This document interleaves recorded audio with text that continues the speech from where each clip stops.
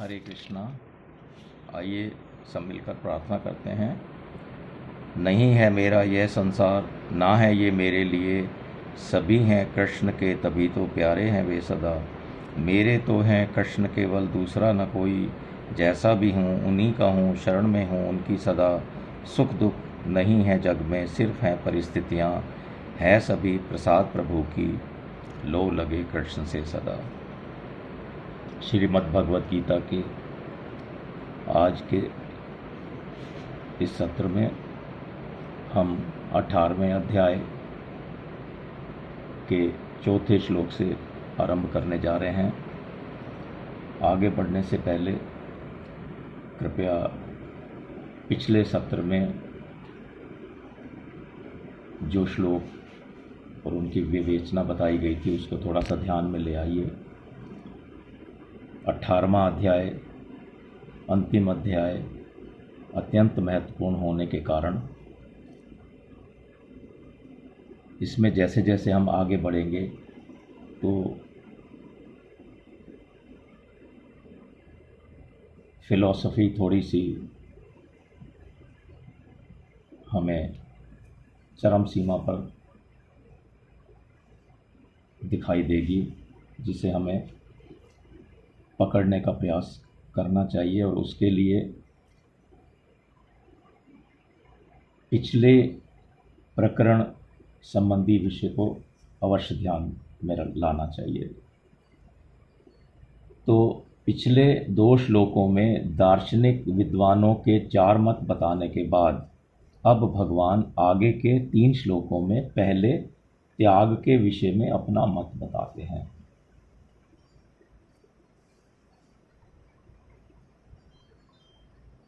चौथा श्लोक इस प्रकार है। भगवान श्री कृष्ण अर्जुन से कहते हैं, संबोधन देखिए, अर्जुन को किस नाम से संबोधित किया है भगवान ने।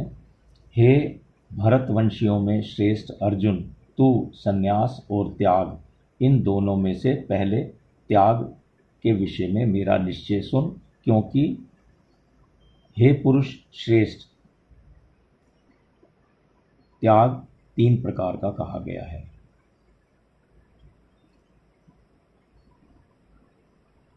तो इस प्रकार श्लोक बताया मैंने। अब एक बात तो मैंने बताई कि अर्जुन को किस नाम से संबोधित किया गया। तो यहाँ पर 2 संबोधन हैं अर्जुन के, उन्हें आपने नोटिस किया होगा। और एक बात और विशेष का ध्यान रखिए, 3 प्रकार का कहा गया है। तो ये जो 3 प्रकार का है, इस बात को ध्यान में रखिए। इसे मैं आगे थोड़ा सा इसका खुलासा करूंगा, इसका विस्तृत चर्चा करूंगा इस पर। इस श्लोक के पूर्वार्ध की व्याख्या के रूप में भगवान ने 5वें और 6ठे श्लोक में अपना मत बताया है, और उत्तरार्ध की व्याख्या के रूप में 7वें से 9वें श्लोक तक 3 प्रकार के त्याग का वर्णन किया है। जिस प्रकार शरीर और शरीरी का विवेक सभी योगियों के लिए परम आवश्यक होने के कारण भगवान ने उसका वर्णन गीता में सबसे पहले 2 अध्याय के 11वें से 30वें श्लोक तक किया था, उसी प्रकार फल की कामना और कर्म की आसक्ति का त्याग सभी योगियों के लिए अत्यंत आवश्यक होने के कारण यहाँ भगवान त्याग का वर्णन सबसे पहले आरंभ करते हैं। भगवान ने कहा है कि हे भरतवंशियों में श्रेष्ठ अर्जुन, अब मैं संन्यास और त्याग दोनों में से पहले त्याग के विषय में अपना मत कहता हूं, उसको तुम सुनो।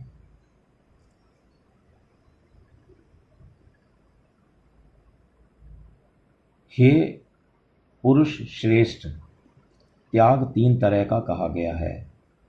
तो ये जो 3 वाली बात थी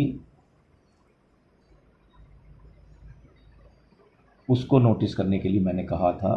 तो 3 तरह का क्या कहा गया है वो मैं आपको बताने जा रहा हूँ, और इसका डिटेल तो मैं और आगे बताऊंगा। सात्विक, राजस और तामस, ये 3 तरह का त्याग बताया गया है। वास्तव में भगवान के मत में सात्विक त्याग ही त्याग है, परंतु उसके साथ राजस और तामस त्याग का वर्णन करने का आशय यह है कि उनके बिना भगवान के अभीष्ट सात्विक त्याग की श्रेष्ठता स्पष्ट नहीं हो पाती, क्योंकि परीक्षा अथवा तुलना करके किसी भी वस्तु की श्रेष्ठता सिद्ध करने के लिए दूसरी वस्तुएं सामने रखनी ही पड़ती हैं। आप किसी भी वस्तु की श्रेष्ठता सिद्ध करते हो तो उससे जो कम श्रेष्ठ है उसको बताना परम आवश्यक हो जाता है, तभी किसी चीज़ की श्रेष्ठता समझने में आसानी होती है। 3 प्रकार का त्याग बताने का तात्पर्य यह भी है कि साधक सात्विक त्याग को ग्रहण करे और राजस तथा तामस त्याग का त्याग करे। तो इस प्रकार चौथे श्लोक में और अधिक कुछ ऐसा विवेचना करने के लिए अभी इस समय अधिक नहीं है, इसलिए अब हम 5वें श्लोक की तरफ बढ़ रहे हैं, अर्थात इस कड़ी का जो दूसरा श्लोक है। भगवान श्री कृष्ण अर्जुन से कह रहे हैं, यज्ञ दान और तपरूप कर्मों का त्याग नहीं करना चाहिए, बल्कि उनको तो करना ही चाहिए, क्योंकि यज्ञ दान तप ये तीनों ही कर्म मनीषियों को पवित्र करने वाले हैं। मनीषी मतलब मनीषी कौन होते हैं? विचारशील। यहाँ भगवान ने सबसे पहले कहा है कि यज्ञ दान और तप रूप कर्मों का त्याग नहीं करना चाहिए। तो यहाँ भगवान ने दूसरों के मत, जैसा कि तीसरे श्लोक में दूसरों के मत की बात की गई थी, को ठीक बताया है। यहाँ भगवान ने दूसरों के मत को, जो तीसरे श्लोक में बात बताई थी, उसको ठीक बताया है। भगवान कठोर शब्दों से किसी के मत का खंडन नहीं करते। आदर देने के लिए भगवान दूसरे के मत का वास्तविक अंश ले लेते हैं और उसमें अपना मत भी शामिल कर देते हैं। यहाँ भगवान ने दूसरे के मत के अनुसार कहा है कि यज्ञ दान और तपरूप कर्म छोड़ने नहीं चाहिए। भगवान किसी के भी मत को गलत नहीं बताते हैं, तो उन्होंने उसका यह अंश तो ले लिया है, दूसरों के मत जो बताए गए थे तीसरे श्लोक में इसी अध्याय के, उन दूसरों के मत के अनुसार कहा है कि यज्ञ दान और तपरूप कर्म छोड़ने नहीं चाहिए। इसके साथ भगवान ने अपना मत भी जोड़ दिया है कि इतना ही नहीं, बल्कि उनको ना करते हो तो जरूर करना चाहिए, क्योंकि यज्ञ दान और तप तीनों कर्म मनुष्यों को पवित्र करने वाले हैं, विचारशील व्यक्तियों को पवित्र करने वाले हैं। भगवान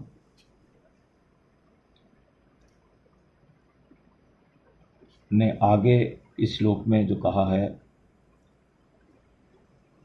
कि यज्ञ दान और तप ये तीनों कर्म मनुष्यों को पवित्र करने वाले हैं, तो इसका आशय है कि नित्य नैमित्तिक जीविका संबंधी, शरीर संबंधी आदि जितने भी कर्तव्य कर्म हैं उनको भी जरूर करना चाहिए, क्योंकि वे भी मनुष्यों को पवित्र करने वाले हैं। जो मनुष्य समत्व बुद्धि से युक्त होकर कर्मजन्य फल का त्याग करके कर्म करते हैं वे मनीषी हैं, अर्थात वे विचारशील पुरुष हैं, विचारशील व्यक्ति हैं। इसी बात को दूसरे अध्याय के 51वें श्लोक में हम पूर्व में जान चुके हैं। ऐसे मनीषियों को वे यज्ञादि कर्म पवित्र करते हैं, परंतु जो वास्तव में मनीषी नहीं हैं, ज्ञानशील विचारशील नहीं है, जिनकी इंद्रियां वश में नहीं है, अर्थात अपने सुख भोग के लिए ही जो यज्ञ दान इत्यादि कर्म करते हैं, उनको वे कर्म पवित्र नहीं करते, बल्कि वे कर्म बंधन का कारण हो जाते हैं। इस श्लोक के पूर्वार्ध में जो कहा गया है ऐसा समास युक्त पद दिया है और उत्तरार्ध में ऐसे अलग अलग पद दिए हैं, यान तप, यज्ञ दान और तप, और वहाँ इसको एक ही साथ कह दिया है भगवान ने। इसका तात्पर्य यह है कि भगवान ने यह बताना चाह रहे हैं कि यज्ञ, दान और तप का त्याग नहीं करना चाहिए, बल्कि इनको तो जरूर करना चाहिए। इसलिए तो भाषा के अंतर का प्रयोग किया गया है। और अलग अलग पदों से यह बताया है कि जो उत्तरार्ध में कहा है कि त्याग करने की बात की है, तो नहीं, त्याग नहीं, सॉरी, तप, यज्ञ, दान और तप, तीन अलग अलग जो बताए हैं उनको तो जरूर करना चाहिए। और इसलिए अलग अलग कहकर इनमें एक एक कर्म भी मनुष्य को पवित्र करने वाला है। अगर कोई तीनों एक साथ नहीं करता है तो एक भी करता है तो वह भी पवित्र करने वाला है, इसलिए अलग अलग कहा गया है। मनीषी का अर्थ विचारशील है, मननशील है, जैसा कि मैंने पूर्व में बताया। जो कर्म अपनी कोई कामना ना रखकर दूसरों के हित के लिए किए जाते हैं वे कर्म पवित्र करने वाले हो जाते हैं। अर्थात दुर्गुण, दुराचार, पाप आदि मल को दूर करके महान आनंद देने वाले हो जाते हैं। परंतु वे ही कर्म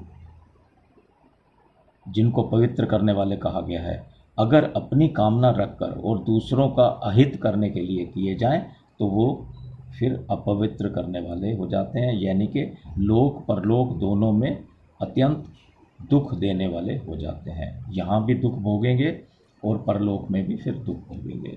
इस प्रकार हमने 5वें श्लोक का तात्पर्य देखा, उसकी विवेचना की। अब भगवान इसी कड़ी में 6ठे श्लोक को में अर्जुन से क्या कह रहे हैं उसको हम देखते हैं।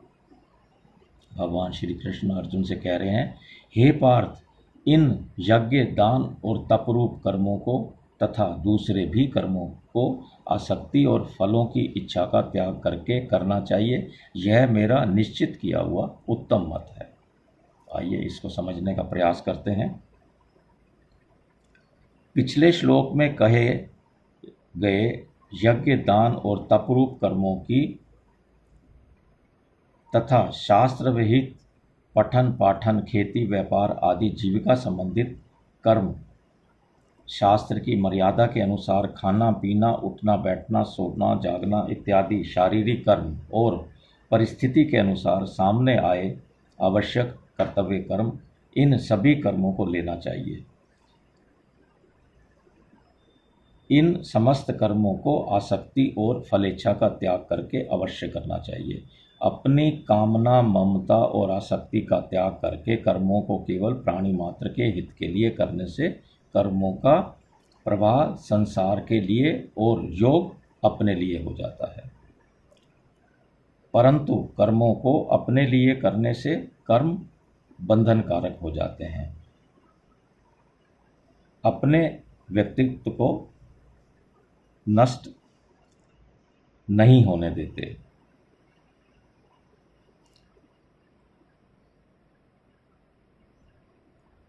हो सकता है कि आप लोगों ने नोटिस किया हो कि गीता में कहीं संग अर्थात आसक्ति के त्याग की बात आती है और कहीं कर्मों के फल की त्याग की बात आती है। इस श्लोक में संग और फल दोनों के त्याग की बात आई है। इससे पहले कभी संग की और कभी फल की इस प्रकार त्याग की बात आती थी, लेकिन यहाँ दोनों के फल, दोनों के त्याग की बात आई है। इसका आशय यह है कि गीता में जहाँ संग के त्याग की बात कही गई है वहाँ उसके साथ फल के त्याग भी हमें समझ लेना चाहिए, और जहाँ फल के त्याग की बात कही गई है वहाँ उसके साथ संग के त्याग की बात भी हमें स्वतः समझ लेनी चाहिए। यहाँ अर्जुन ने त्याग के तत्व की बात पूछी है, अतः भगवान ने त्याग का यह तत्व बताया है कि संग यानी आसक्ति और फल दोनों का ही त्याग करना चाहिए, जिससे साधक को यह जानकारी स्पष्ट तरह से हो जाए कि आसक्ति न तो कर्म में रहनी चाहिए और ना ही फल में रहनी चाहिए, अर्थात दोनों में ही अनासक्ति रहनी चाहिए। आसक्ति ना रहने से मन, बुद्धि, इंद्रियां, शरीर आदि कर्म करने के औजारों यानी कि करणों में तथा प्राप्त वस्तुओं में ममता नहीं रहती, जैसा कि हम पूर्व में 5वें अध्याय के 11वें श्लोक में इस बात को जान चुके हैं। संग अर्थात आसक्ति या संबंध सूक्ष्म होता है और फलेच्छा स्थूल होती है। संग या आसक्ति की सूक्ष्मता वहाँ तक है जहाँ चेतन स्वरूप से नाशवान के साथ संबंध जोड़ा जाता है, वहीं से आसक्ति पैदा होती है, जिससे जन्म मरण सब अनर्थ हो जाते हैं, जैसा कि 13वें अध्याय के 21वें श्लोक में बताया गया था। आसक्ति का त्याग करने से नाशवान के साथ जोड़े हुए संबंध का विच्छेद हो जाता है और स्वतः स्वाभाविक रहने वाली असंगता का अनुभव हो जाता है। इस विषय में एक और बात समझने की आवश्यकता है हमें कि कई दार्शनिक इस नाशवान संसार को असत मानते हैं, क्योंकि यह पहले भी नहीं था और बाद में भी नहीं रहेगा, इसलिए वर्तमान में भी यह नहीं है। जैसे स्वप्न में कोई चीज़ दिखाई देती है तो वो ना तो पहले थी ना बाद में थी, तो इस प्रकार स्वप्न में भी नहीं होती। कई दार्शनिकों का मत है कि संसार परिवर्तनशील है, कई अन्य दार्शनिकों का मत है कि संसार परिवर्तनशील है, हरदम बदलता रहता है, कभी एक रूप नहीं रहता।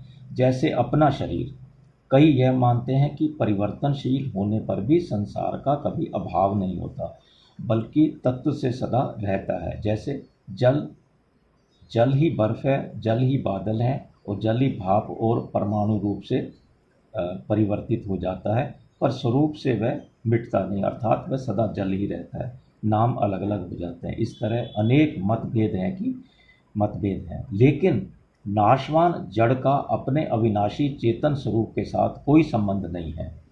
इसमें किसी भी दार्शनिक का मतभेद नहीं है, इसमें दार्शनिक सब एक मत है। इसी श्लोक में भगवान ने भी उसी संबंध का त्याग कहा है।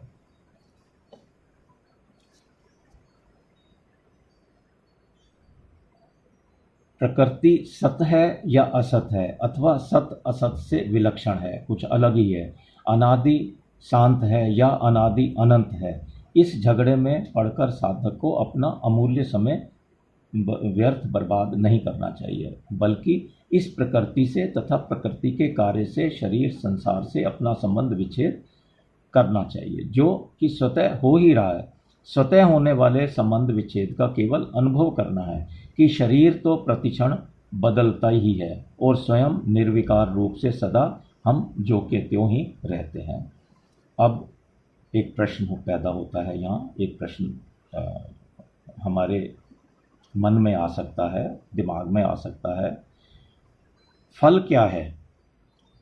प्रारब्ध के अनुसार अभी हमें जो परिस्थिति, वस्तु, देश, काल आदि प्राप्त हुए हैं, वह सब कर्मों का प्राप्त फल है, और भविष्य में जो परिस्थिति, वस्तु आदि प्राप्त होने वाली है, वह सब कर्मों का अप्राप्त फल है।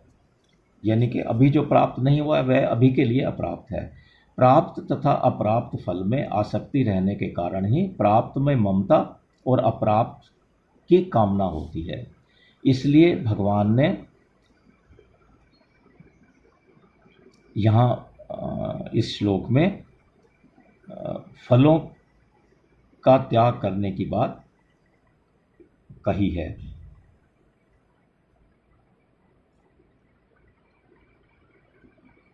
अब फिर एक प्रश्न और पैदा हो सकता है, कर्म फल का त्याग क्यों करना चाहिए?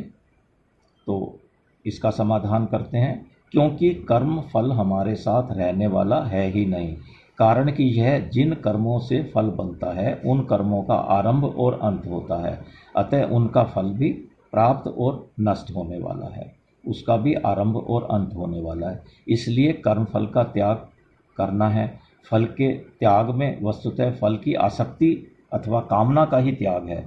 फल तो प्राप्त होगा ही होगा, तो हमें फल की आसक्ति का त्याग करना है। वास्तव में आसक्ति हमारे स्वरूप में नहीं है, केवल मानी हुई है। एक और बात, जो अपना स्वरूप होता है उसका त्याग नहीं होता। जैसे प्रज्वलित अग्नि उष्णता और प्रकाश का त्याग नहीं कर सकती, जो चीज़ अपनी नहीं है उसका भी त्याग नहीं होता। जैसे संसार में अनेक वस्तुएं पड़ी हुई हैं, परंतु उनका हम त्याग करें ऐसा कहना अनर्थ है, ऐसा कहना बनता भी नहीं है, क्योंकि वे वस्तुएं तो हमारी हैं ही नहीं। इसलिए त्याग उसी का होता है जो वास्तव में अपना नहीं है, पर जिसको अपना मान लिया है उसी का त्याग होता है। ऐसे ही प्रकृति और प्रकृति के कार्य, शरीर आदि हमारे नहीं हैं, फिर भी उनको हम अपना मानते हैं, तो इस अपनेपन की मान्यता का ही त्याग करना है। मनुष्य के सामने कर्तव्य रूप से जो कर्म आ जाएं, उसको फल और आसक्ति का त्याग करके सावधानी के साथ तत्परतापूर्वक करना चाहिए।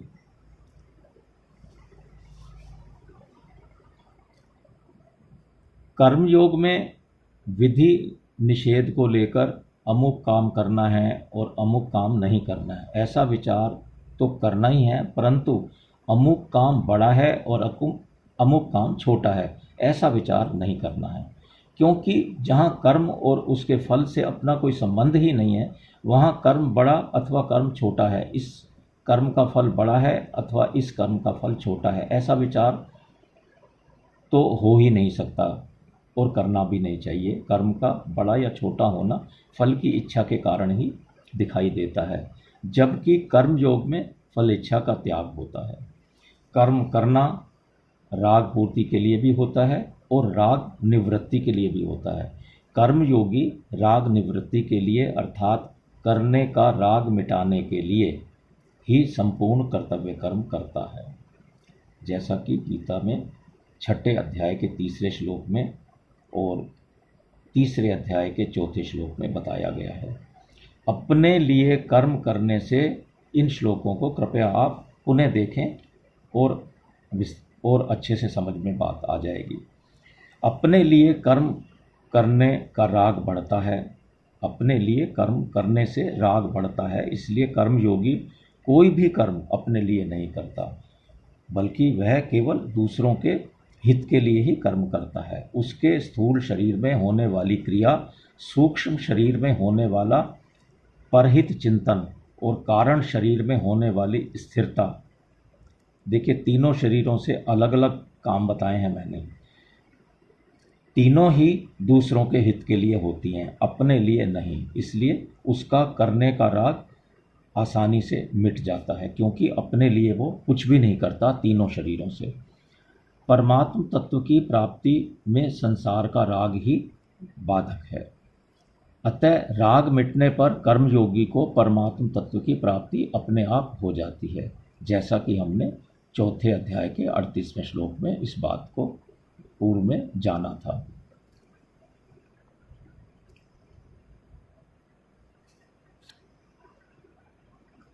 कर्तव्य शब्द का अर्थ होता है जिसको हम कर सकते हैं तथा जिसको जरूर करना चाहिए और जिसको करने से उद्देश्य की सिद्धि होती है।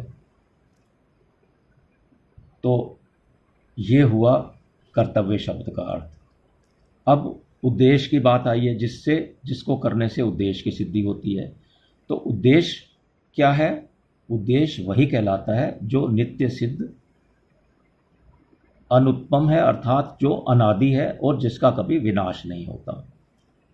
उस उद्देश्य की सिद्धि मनुष्य जन्म में ही होती है और उसकी सिद्धि के लिए ही मनुष्य शरीर मिला है, ना कि कर्मजन्य परिस्थिति रूप सुख दुख भोगने के लिए यह शरीर मिला है, ऐसा नहीं। फिर यहाँ पर अब एक बात और आई है, कर्मजन्य परिस्थिति यह क्या होती है? कर्मजन्य परिस्थिति वह होती है जो उत्पन्न और नष्ट होती है।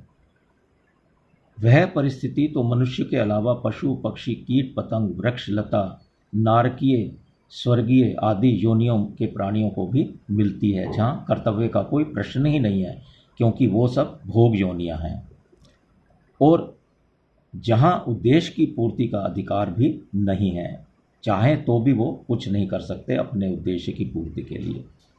भगवान के द्वारा अपने मत को निश्चित किया हुआ कहने का तात्पर्य यह है कि इस मत में संदेह की कोई गुंजाइश ही नहीं है। भगवान ने श्लोक में कहा है ना कि ये मेरा निश्चित किया हुआ मत है, तो इसका तात्पर्य यह है कि इस मत में किसी प्रकार की संदेह की कोई गुंजाइश ही नहीं है। ये मत अटल है, अर्थात यह ज़रा सा भी इधर उधर नहीं हो सकता और यह उत्तम मत है। यह कहने का तात्पर्य यह है कि इस मत में शास्त्रीय दृष्टि से भी कोई कमी नहीं है, बल्कि यह पूर्णता को प्राप्त कराने वाला है। क्योंकि यह मत पूर्ण है, इसलिए पूर्णता को प्राप्त कराने वाला है। इस प्रकार हमने देखा कि इस श्लोक में कर्मासक्ति और फलासक्ति दोनों के त्याग की बात आई है। कर्मासक्ति और फलासक्ति ही खास बंधन है, जिससे छूटने पर ही मनुष्य योगारूढ़ होता है, जैसा कि 6 अध्याय के 4 श्लोक में भगवान ने बताया था। कृपया उस श्लोक को पुनः देखें और अच्छे से समझने के लिए। शुभ कर्म भी निष्काम भाव पूर्वक होने से कल्याण करने वाले होते हैं। अगर निष्काम भाव ना हो तो शुभ कर्म भी बंधन कारक होते हैं, जैसा कि 8वें अध्याय के 16वें श्लोक में भगवान ने बताया था। इस प्रकार हमने 6 श्लोक को समझने का प्रयास किया। आज का सत्र हम 6 श्लोक तक ही रखते हैं। आइए इस सत्र के अंत में हम भगवान का नाम लेते हैं। नाम संकीर्तनम यस्य सर्व पाप प्रणाशनम प्रणामो दुख शमनस्य तम नमामि हरिम परम। हरे कृष्णा हरे कृष्णा हरे कृष्णा।